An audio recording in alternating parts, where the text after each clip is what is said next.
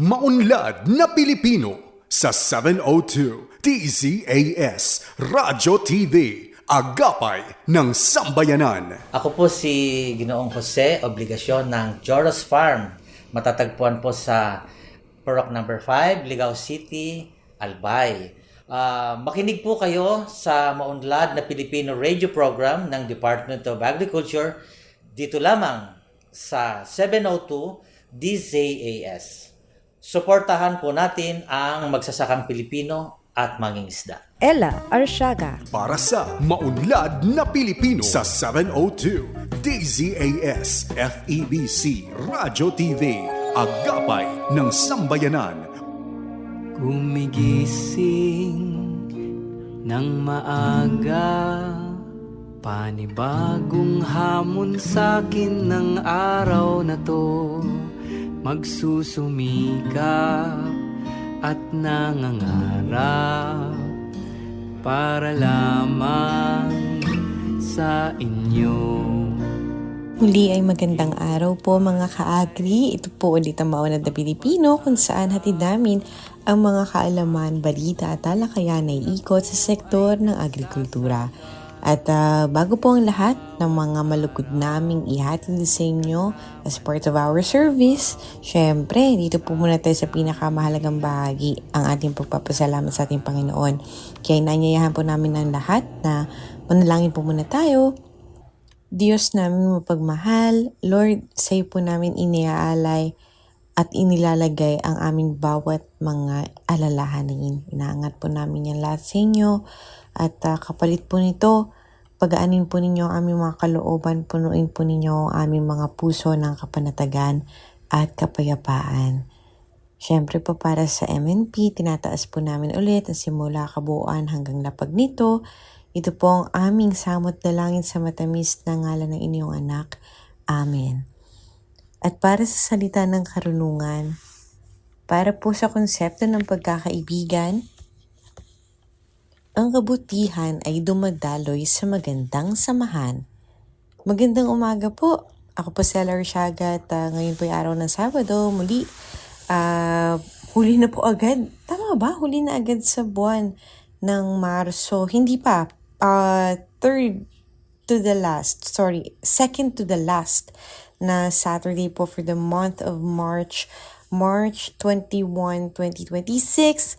And with that, we welcome you sa Season 8, Episode 12 ng Maunlad na Pilipino dito sa 702 DZAS FEBC Radio TV, Agapay ng Sambayanan. Kamusta po kayo? At meron po ba dito yung mga kakatsuuniin pa lang? Kasi kung ganun, i-inform lang po namin kayo na accessible tayo via online streaming ng dzas.febc.ph. Yan, pwede nyo pong i-check yan. And of course, sa Facebook po, sa 702 DZAS FEBC Radio TV Facebook page. And sa radyo, sa Talapitang 702 sa AM band. And with that, I would also like to greet a few or many. Marami po tayong mga, kumbaga, classmate, no, na matatawag, mga kasama po natin sa ating programa na nakikinig. Una na nga po dyan si Sir Epifanio Salvador. Sir Epifanio Salvador, maraming salamat po sa inyo for always sharing our programs and for always bringing us good vibes. Maraming salamat po for always being here with us and sharing po yung ating program. It means a lot sa amin. Thank you so much po. Good morning po Sir Rammer S. Militar, who always reminds me, pero basahin ko muna yung kanya message. Good morning, happy farming, good morning, and God bless fellow farmers. Thank you Sir Rammer. You always remind me po ng aking good friend na nag-retire, si Ate Ruby Militar. Hi Ate Ruby. How are you?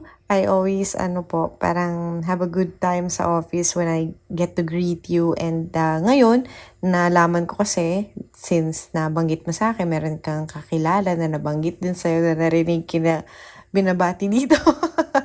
So parang I'm so happy to have that experience na mabati ka through our program na once po nating shinare under one division, which is the Agriculture and Fisheries Information Division.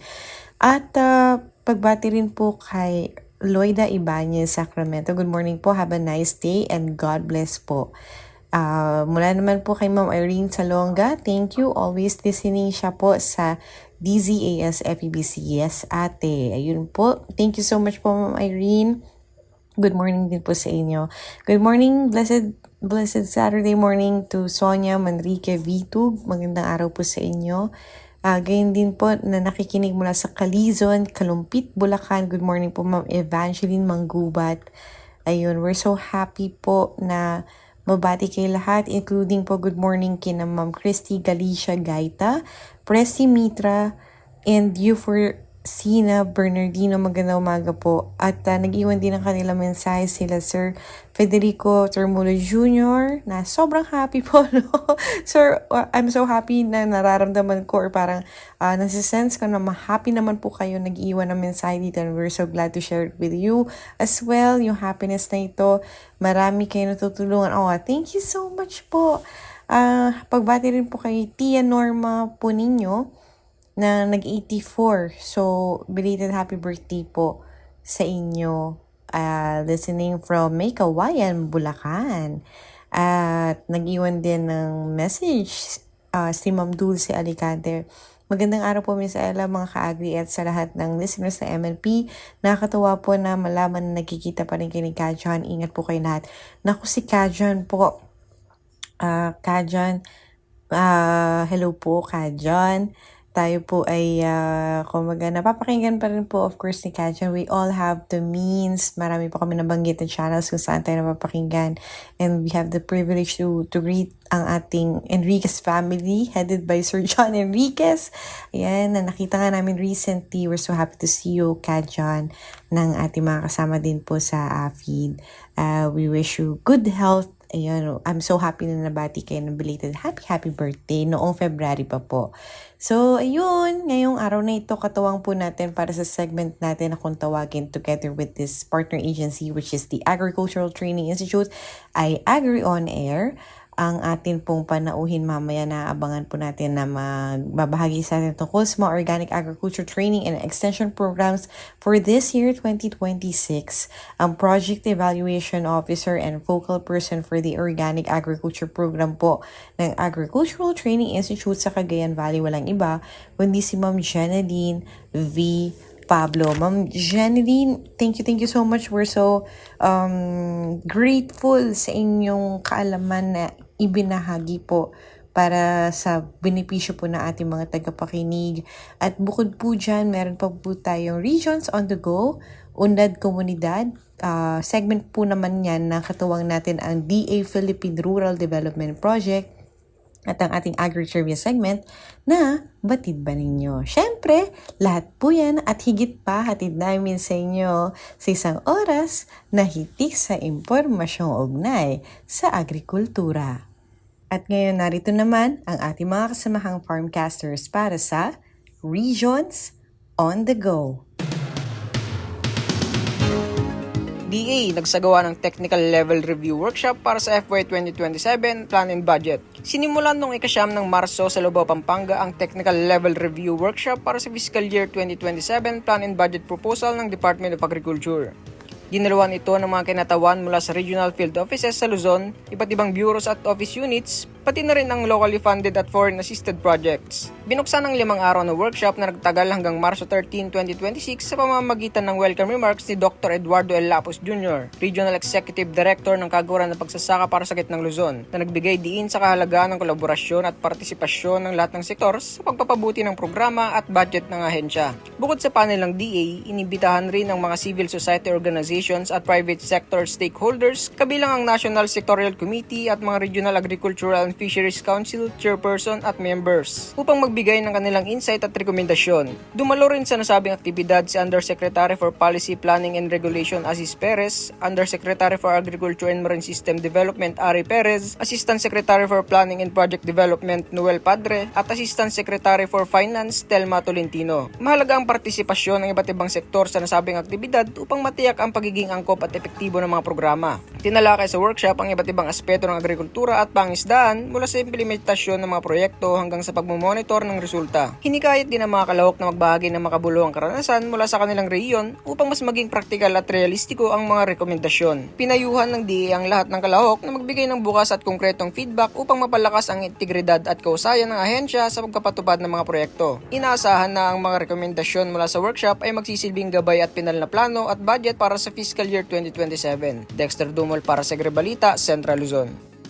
Formal nang na-turn over ang isang biosecure swine facility sa Sinirangan Agriculture Cooperative o SACOP sa Giwan, Eastern Samar sa ilalim ng Integrated National Swine Production Initiatives for Recovery Expansion o INSPIRE project.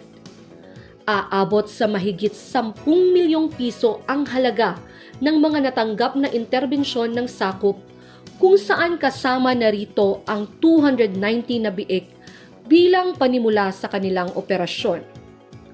Ang nasabing pasilidad ay kasama sa patuloy na pagsisikap ng gobyerno upang mapaunlad pa ang swine industry sa rehiyon. Muli, ito po si Janina Brosas nag-uulat mula sa DA Eastern Visayas. Matagumpay na isinagawa ang Training on Insect Pests and Diseases and its Management na pinangunahan ng Department of Agriculture, Bureau of Agricultural Research sa pamamagitan ng Research for Development Division ng DA RFO 12 sa Bukay Pait, Tantangan noong Marso 12 to 13, 2026. Dinaluhan ito ng mga kasapi ng Bukang Liwayway Farmers Association na naglalayong mapalawak ang kanilang kaalaman sa wastong pamamahala ng mga peste at sakit sa pananim na palay. Layunin ng pagsasanay na matulungan ang mga rice farmer na mas maunawaan ang tamang pagkilala sa iba't ibang insect pests, natural enemies at mga sakit na karaniwang nakakapekto sa palayan. Sa pamamagitan nito, inaasahang mapapanatili ang kalusugan ng pananim at mapataas ang produksyon ng palay sa kanilang komunidad. Sa nasabing aktibidad, nagbigay diin ang mga kalahok na mahalagang kaalaman at praktikal na kasanayan sa pagtukoy sa life cycle ng mga peste at rodents. Tinalakay rin ang mga epektibong paraan ng pagmomonitor at pagkontrol sa mga ito upang mas maprotektahan ang kanilang pananim at higit pang mapabuti ang ani ng palay. Ito po ang inyong lingkod, Ka-Agri-Nick, nag-uulat para sa Agri-Tayo, Soc Sargent. Ibinida ng Department of Agriculture Caraga ang mga produkto ng dalawang agri-processor mula sa Caraga Region sa isinagawang Fodex Japan kamakailan lamang sa Tokyo, Japan. Malungod na ipinakita at ibinida ng DA Caraga ang mga eel products or kasili ng Karsi Freshwater Onagi Farm at na value-adding products ng mga Agoy Farmers Fisher Folks and Community Multipurpose Cooperative or MAFISCO MPC. Ang Fodex Japan ay isa sa malaki at prestihiyosong international food and beverage trade exhibitions ng Asia na tinapukan ng libong exhibitors, buyers at investors mula sa iba't ibang bansa. Ito ay isang mahalagang pagkakataon upang mapakilala ang mga produkto sa malawakang merkado at pagkakaroon ng koneksyon sa global food industry. Ito si Aurel Aray sa Department of Agriculture, Caraga Region, ang inyong tagapagulat. Mga alkaldeng kasapi ng Luam CPPH, NUAP, bumisita sa Gintong Butil Agri-Farm sa Puerto Princesa. Bilang bahagi ng kanilang learning visit at pagpapalakas ng advokasya para sa organikong pagsasaka, bumisita ang ilang kasapi ng League of Organic Agriculture Municipalities, Cities and Provinces of the Philippines o Luam CPPH kasama ang National Organic Agriculture Program o NUAP sa Gintong Butil Agri-Farm noong 12 ng Marso taong 2026. Pinangunahan ang pagbisita ni NUAP Director Bernadette F. San Juan, katuwang ang Department of Agriculture Mimaropa at ang Puerto Princesa City Agriculture Office. Layunin ng aktibidad na masaksihan at mapag-aralan ng mga kalahok ang iba't ibang practice, pamamaraan at teknolohiyang ipinatutupad sa Gintong Butil Agri-Farm na nagsusulong ng organikong pagsasaka. Kabilang sa mga alkaldeng dumalo sina Mayor Roselyn Asok ng Maria Siquijor, Mayor Ruel Molina ng Kumalarang Zamboanga del Sur, Mayor Philadelphia Jess Baha III ng Garcia Hernandez, Bohol, Mayor Webster Letargo ng Gumaca, Quezon, at Mayor Solomon Vicencio ng Katubig, Northern Samar. Sa kanyang mensahe, ipinahayag ni Director San Juan ang paghanga sa mga practice ng Gintong Butil Agri-Farm na itinuturing niyang huwarang modelo sa pagsusulong ng organikong pagsasaka. Hinikayat din niya ang mga kasapi ng Luwam CPPH na tularan at iangkop sa kani-kanilang mga lokalidad ang mga matagumpay na practice at teknolohiya ng nasabing farm. Ayon sa kanya, lahat ng ating kasamahan sa Luwam CPPH ay kaisa natin sa adhikaing mapalaganap ang organic agriculture. Inaasahan natin na ang bawat kasaping lokal na pamahalaan ay magsisilbing model area para sa organikong pagsasaka. Ang Luwam CPPH ay isang samahang binubuo ng mga lokal na pamahalaan na naglalayong itaguyod at palaganapin ang organikong agrikultura sa bansa na nakatuon sa pagpapaunlad ng sustainable, makakalikasan at maunlad na sistema ng pagsasaka sa kani-kanilang mga komunidad. Monica Vergara, nagbabalita para sa DA Mimaropa. Bukod sa 500 bilyong pisong pondong inilaan para sa pagpapabuti ng Pantaw Port, na mahagi rin ng Department of Agriculture sa pangunguna ni Agriculture Secretary Francisco Pichu Laurel Jr. ng mahigit 65 milyong pisong halaga ng livestock, poultry packages, farm inputs at proyektong pangisdaan sa mga albayanos noong 12 ng Marso. 7 asosasyon ng magsasaka at ang provincial government ng Albay ang tumanggap ng mga programang kabilang ang beef cattle, swine, duck, goat, poultry at stingless beef production packages mula sa DA Bicol. Nagbigay din ng rice program ng halos 18 milyon at 700,000 pisong halaga ng pataba para sa mga magsasaka sa 15 LGU ng Albay. Habang namahagi naman ang BIFAR ng fishing gear, fingerlings at naglaan ng 10 milyong piso para sa pagtatayo ng Albay Provincial Freshwater Fish Hatchery. Ayon kay Secretary Chu Laurel, layunin ng pamahalaan na gawing modernong agri-fishery port ang Pantaw Port upang mapalakas ang ekonomiya at mapababa ang gastos sa agricultural input sa rehiyon. Ito si Angela May Lafuente nag-uulat para sa DA Rafis 5. Ella Arsiaga. Para sa Maunlad na Pilipino sa 702 DZAS FEBC Radyo TV, Agapay ng Sambayanan.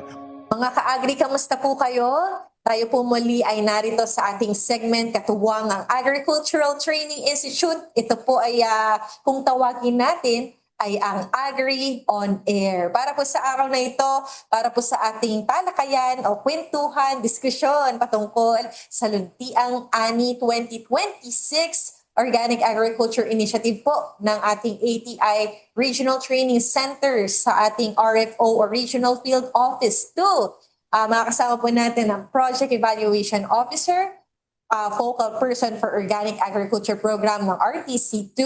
Siya po ay nagtapos ng Master of Science in Agricultural Science, Major in Crop Science mula po sa Isabela State University, Licensed Agriculturist, and atin pong isa po sa mga licensed professional teacher. Walang iba po, wini-welcome po natin sa ating Maunlad na Pilipino Agri on Air segment, Ma'am Jeneline V. Pablo. Welcome po, Ma'am Jen. Kamusta po kayo? Hi, ma'am. And sa lahat po ng tagapakinig, okay naman po, ma'am. Happy Women's Month. Ayun. Thank you so much po. And of course, atin nga pong napakapiyawan yung ating magiging kung saan sa sentro po yung ating kwentuhan ngayong araw na ito. At wala na tayong patumpik-tumpik pa. Ma'am Jen, ano ba yung 2026 Organic Agriculture Training and Extension Programs po natin dyan sa ATI RTC2?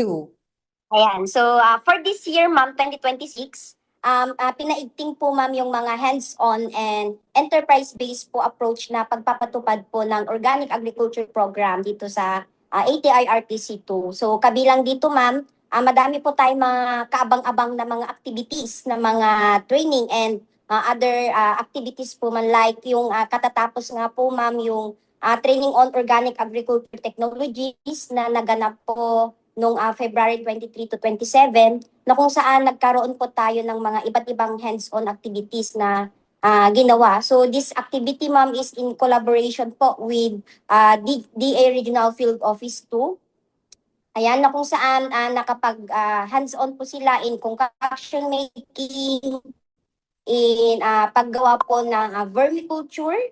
Tapos nakapagkaroon din po tayo ng knowledge sharing activity, ma'am. Pumunta po tayo sa Isabela State University para po makita po yung mga organic agriculture technologies po nila doon, na kung saan nakita po natin doon yung biochar production po nila, yung may mga pelletizer po sila in support po sa organic farming. And nakapag-benchmarking din po sila sa third-party certified organic sa DACVRC. So yun po yung isang training ma'am na naganap for this 2026. At yung mga kaabang-abang pa ma'am is yung gaganapin this March 23 to 27. Ito po yung OA Level Up Capability Building for Local Government Unit. Ang kagandahan dito ma'am ay may introduce po yung 5K program na bagong programa din po ng organic agriculture. And of course, hindi po nawawala this 2026 yung PGS coaching and mentoring natin ma'am. So tutulungan po natin yung mga PGS group po from training hanggang sa mabuo, hanggang sa mapa-certify po natin sila ma'am, and of course, hanggang sa mapa-accredit. And meron din po tayong mga targets na PGS training po towards accreditation. So hoping po kami na yung dumaan sa certification with the ABAPS nung last December and nung February lang ma'am is mabababa na po yung kanilang POC, yung kanilang Participatory Organic Certificate kasi sila din po yung magiging target po natin. And of course, this year din ma'am, mag-start yung training po ng biodiversity friendly agriculture practice. Actually, bago po ito ma'am no, na programa. Ito po yung nag-training po kami noon last sa Bukidnon. And ito na din po yung parang panaka-re-entry plan po namin with DARFO2, yung partner po sa DAC Sir George Caday, no, kung saan ito pong training na ito ma'am is in collaboration po with technical working group po ng BDFAP. So hindi nawawala po dito ang DNR, itong DNR, itong BSWM and other technical working group members po. And ang isa pa ma'am for this 2026 ay hindi po mawawala yung training on writing business enterprise proposal no, kung saan tutulungan po natin ma'am na maayos po yung business enterprise plan ng mga youth intern po natin under UPOA, yung youth internship po ng organic. So sa kagandahan ma'am, naka-batch 4 na po tayo, ongoing na po yung deliberation po ng central office sa mga na-endorse po natin for UPOA batch 4. Kasi ito ma'am, ito sila po kasi mabibigyan po ng 150,000 as their startup capital na kung saan ay ito po, ang katulungan ng training is para po matulungan sila, yan yun po yung objectives naman ng training. Ma-finalize po yung kanilang BEP kasi yun po yung mapopondohan. And of course, syempre hindi mawawala ma'am ang every time na sineselebrate po natin for every November. Yan, November month. Syempre yung Organic Agriculture Month celebration.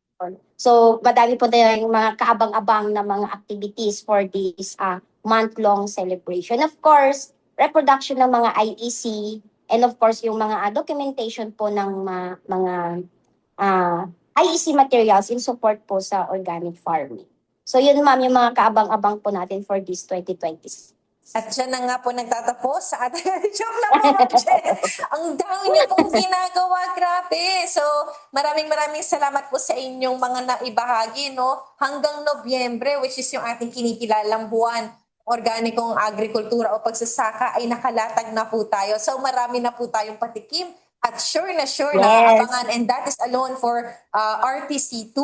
With that, we would like to greet also yung mga a few of the abbreviations na nabanggit natin a while ago, including ating Cagayan Valley Research Center, and of course yung ating nabanggit din na PGS, which is of course yung mahalaga dun sa binanggit ni Ma'am Jen na POC, ang ating Participatory Guarantee System na napakahalaga pong sertifikasyon o pagkilala po sa mga produktong organiko na makatiyak po tayo na talagang ito ay talagang organiko, tatak PGS. And with that, ma'am, kanina nabanggit na natin, meron na din tayong mga activities for specific na mga participants. Pero in particular, sino po ba yung mga maaaring makinabang sa programang ito? Ito po ba yung bukas lang o yung ano ba, yung parang manonood lang sila o pwede rin silang sumali? Ano po ba yung mga qualifications para dyan? Ayan. So yung for this 2026 Organic Agriculture ma'am programs ay mga agricultural extension worker po yung mga pangunahin po natin na mga participants from different local government units. And syempre kasi po sila po yung katuwang po natin no, sa pagpapalaganap po ng mga technologies kasi po pagkatapos po ng kanilang training, sila na po yung magre-re-echo sa kanilang mga munisipyo or city. And upang mas marami pa pong magsasaka po yung mga maabot po natin. And doon naman po sa PGS coaching and mentoring, ang magiging target po natin doon ay yung mga PGS group na po natin na dumaan na din po sa basic PGS training. Like, ayun nga, training on PGS towards certification and towards accreditation. So, sila naman po yung mga pangunahing participants po doon. And sa UPOA naman, ma'am, ang Youth Internship Program on Organic Agriculture na nabanggit ko po kanina, kabilang po, kasali po dito yung mga, syempre mga youth po natin, no, pwede po sumali as youth intern yung mga graduates and of course, mga out of school youth. And kapag magiging farm partner naman, ma'am, ang magiging kasali po doon, syempre yung mga learning site cooperator po natin, na kung saan sila po ay talagang practitioner ng organic agriculture and of course yung iba na din po doon ma'am ay PGS certified organic na din yung kanilang farm. So sila ma'am yung mga magiging participants po ng mga activities natin. Kung kayo po mga ka-agri ay pasok sa mga nabanggit ni Ma'am Jen, wag na po kayo mag-atubili na maging bahagi po ng pagsulong, pag-unlad po ng ating organic agriculture. Dito po sa ating mga ideas, Ma'am Jen, ng isinusulong nga or organic agriculture, meron pa ba tayong mga pangunahing paksa or aktibidad na ini-expect po natin kapag nag-implement po tayo for OA? Yes, ma'am. Yun, ma'am, for this 2026, actually talagang organic agriculture technologies yung isa na tinutukan po natin, no. Kasi actually yung katatapos, ma'am, na training na yon, naging participants po natin is mga recipient, ma'am, ng composting facilities na binigay po ng DABSWM. Kasi po nakita kasi natin, ma'am, na kulang po sila sa training kung paano nga ba gamitin po yun yung mga composting facilities. So yun na po, ma'am, yung sagot po doon, yung pagkakaroon po ng training na kung saan madami po silang mga hands-on na ginawa sa training na po yun. And for the OA level up naman, ma'am, yung introduce kasi, ma'am, yung 5K program. And of course, another pa yung BDPAF, biodiversity friendly or agriculture practice or yung nga po BDFAP. So, eto naman, ma'am, na training, actually bago po ito na mag-start po siya this year, isa po ang Region 2 na nabigyan ng isang slot para po i-train itong mga AEWs po natin. Kasi po, we are planning na din for 2027 kasi magkakaroon na din po ng training po sa mga farmer naman. Para po yung practices po nila na nandoon is hindi nawawala kundi mas mai-enhance pa at tutulungan po natin sila na malaman pa nila yung mga iba't ibang mga activities para po maisulong nga po yung organic agriculture farming. Okay, sandali lang, magbabalik ang maunlad na Pilipino makalipas ang ilang sandali. Problema ngayon sa sektor ng paghahayupan ang mababang kahusayan sa AI. Kung magpapatuloy ito, malabo nang tumaas pa ang produksyon ng gatas sa bansa. Sana may makatulong sa akin para mabuntis naman itong kalabaw ko. Ha? Kapangyarihan ng AI! Saniban mo ako!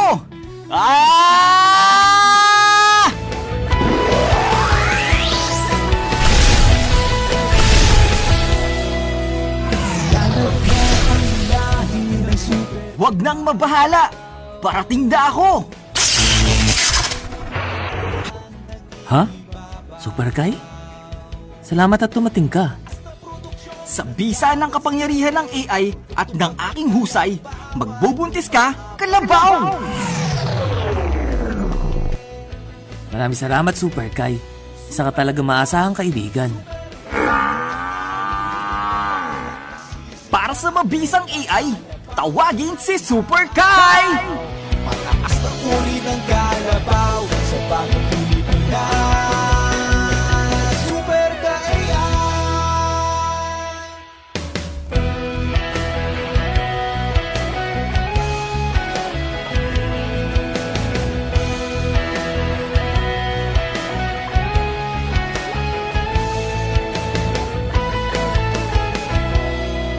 Alam mo ba na may programa ang pamahalaan para sa OA o Organikong Agrikultura? Ang National Organic Agriculture Program o NOAP ay katuwang ng bawat organikong magsasaka sa pagpapalago ng kabuhayan, paghahatid ng ligtas na pagkain sa bawat tahanan at pangangalaga sa kalikasan. Ito ang National Organic Agriculture Program. Okay sa OA. Ella Arsiaga. Para sa maunlad na Pilipino sa 702 DZAS FEBC Radyo TV, Agapay ng Sambayanan. Welcome back po sa ating discussion para po sa bahagi ito ng ating programa.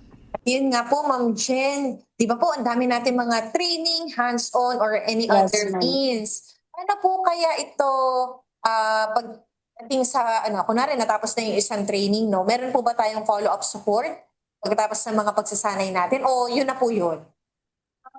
Actually, ma'am, we are supporting them especially in technical, ma'am, no? Example lang, ma'am. Kasi yung iba naman, ma'am,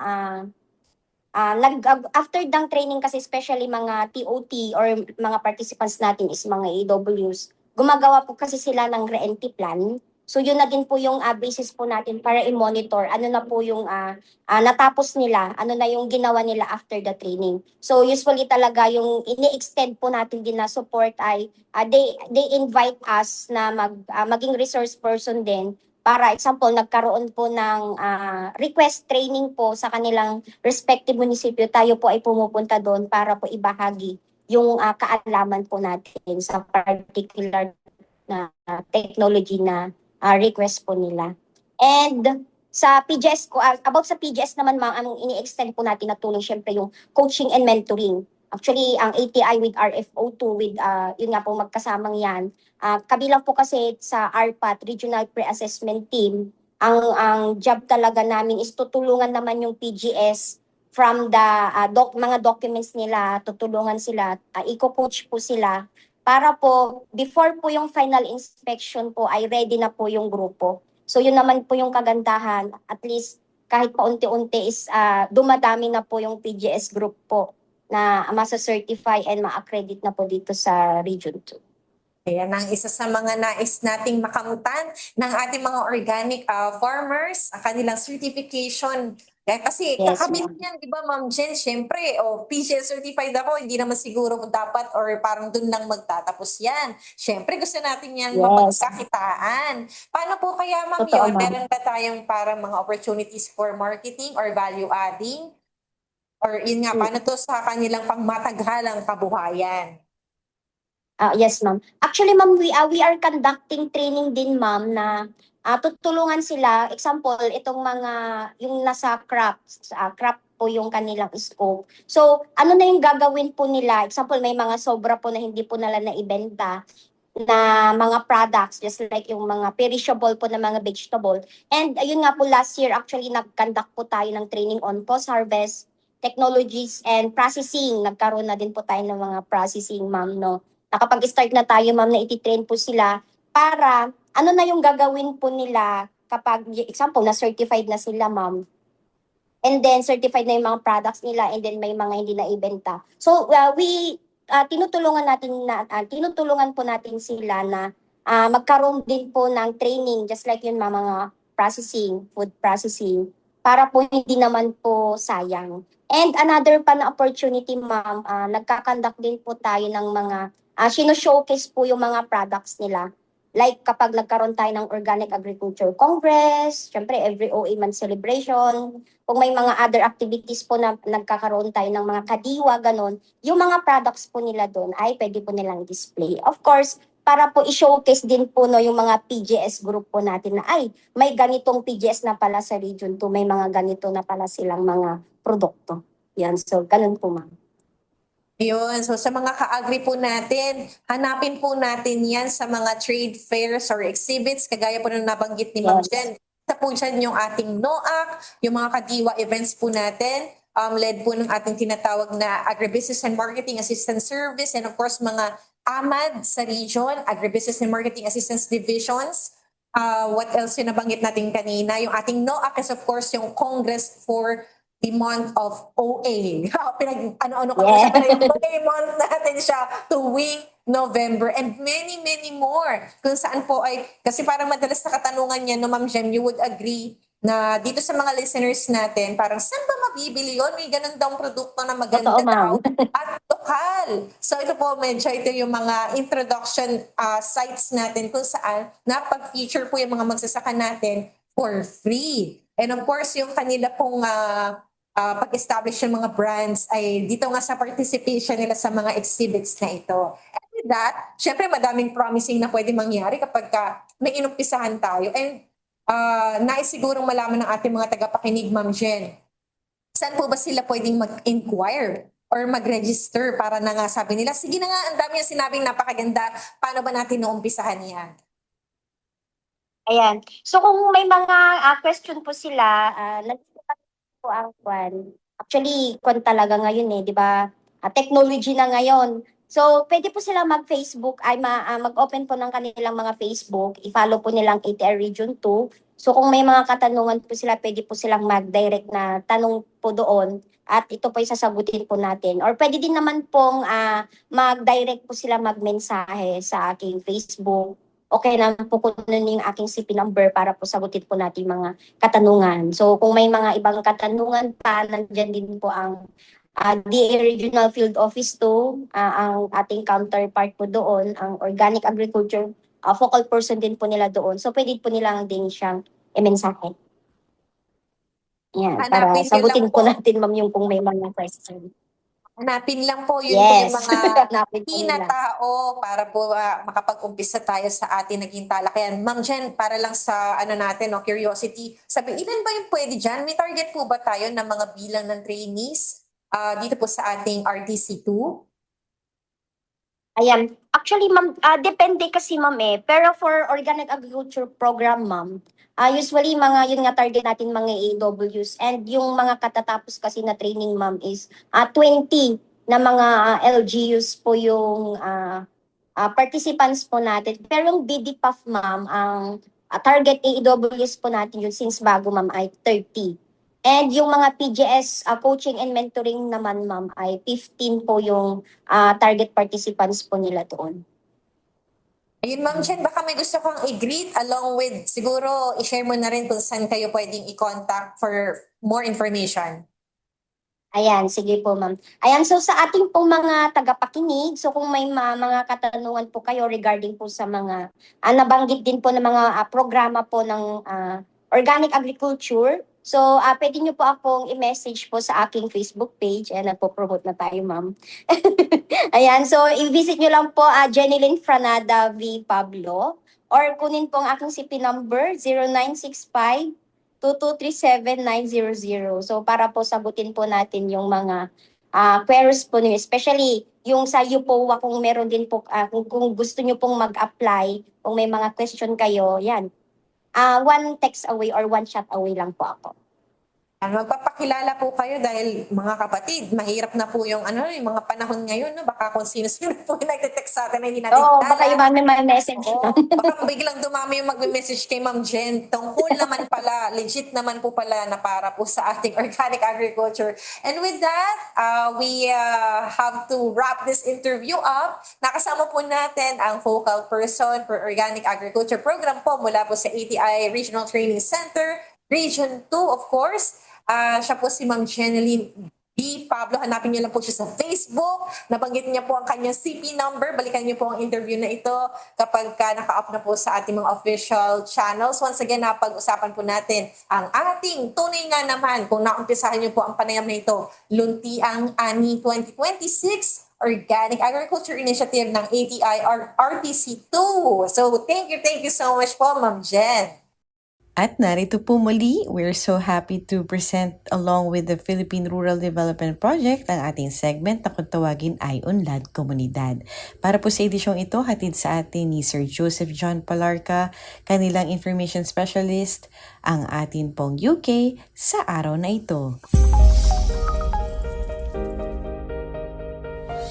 Ang kape ay isa sa mga champion commodities ng probinsya ng Sultan Kudarat. na binansagang Coffee Capital of the Philippines. Dahil dito, binubuhos ng PRDP ang suporta sa mga magsasaka ng kape para mapalago at mapalakas ang industriya ng kape sa Region 12. Sa episode na ito ng Unlad Komunidad, pakinggan natin ang interview kay Crisanto Pascual, chairman ng Quitodac Coffee Growers sa Libac, Sultan Kudarat, at isa ding coffee farmer ng Barangay Quitodac, at alamin kung paano natulungan ng PRDP ang kanilang coffee cooperative. Nagsulod ko sa Coffee Growers, that was 2018, Quitodac Coffee Growers Incorporated pa dati.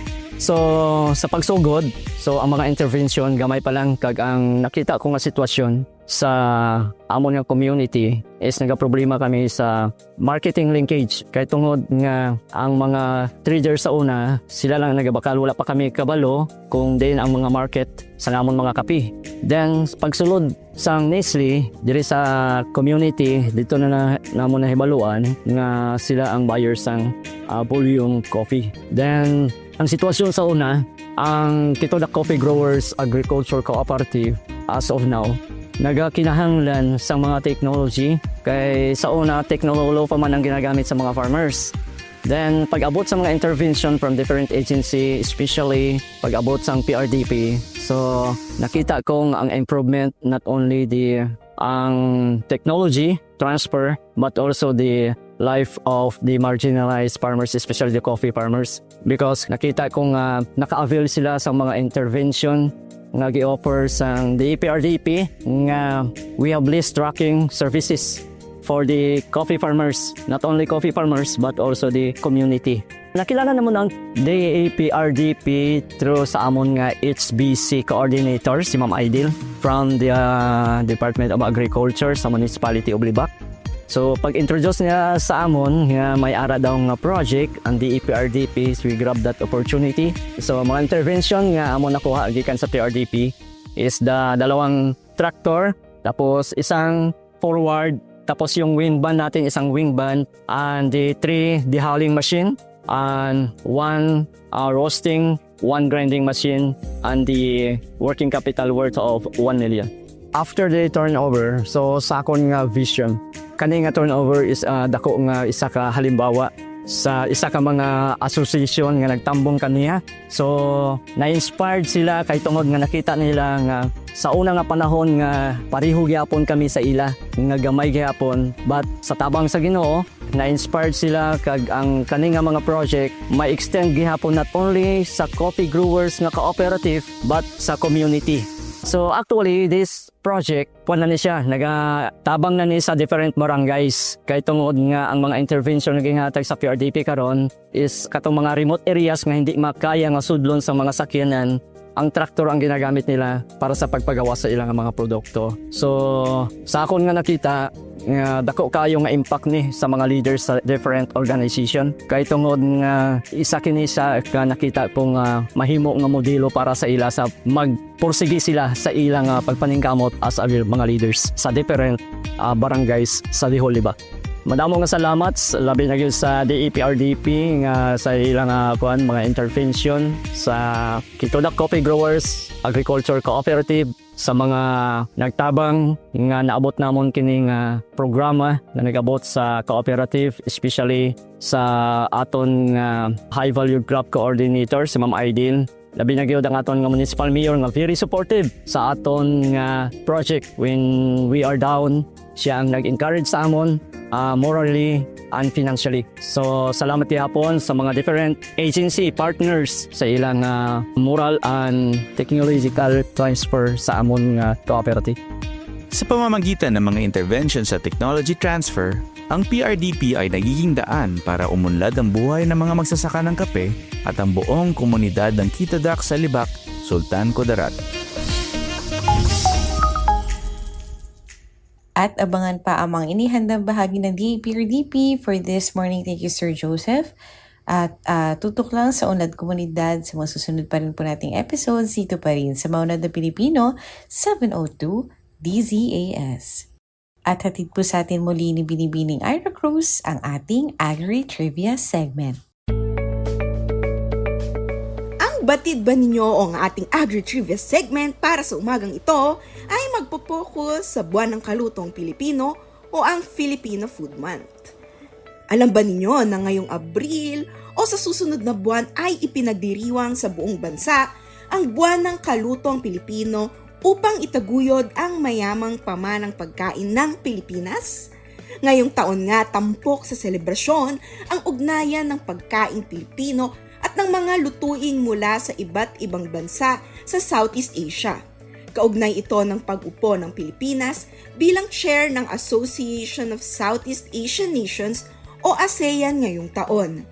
Sa temang Connected by Taste, Filipino Food in the Flavors of ASEAN, ipinapakita kung paano nagkakaugnay ang mga tradisyon sa pagkain sa rehiyon mula sa mga sangkap at paraan ng pagluluto hanggang sa mga impluwensyang pangkultura na naipapasa sa bawat henerasyon. Bukod sa kultura, kinikilala rin sa pagdiriwang na ito ang mahalagang ambag ng mga magsasaka, mangingisda at agripreneur na nagsusuplay ng mga pangunahing sangkap sa mga pagkaing Pilipino. Sa pamamagitan ng pagtangkilik sa lokal na pagkain, nasusuportahan din ng lokal na ani, tradisyonal na pananim at kaalamang katutubo sa agrikultura. Pangungunahan ng National Commission for Culture and the Arts o NCCA ang isang buwang selebrasyon na magsisimula sa Iloilo City.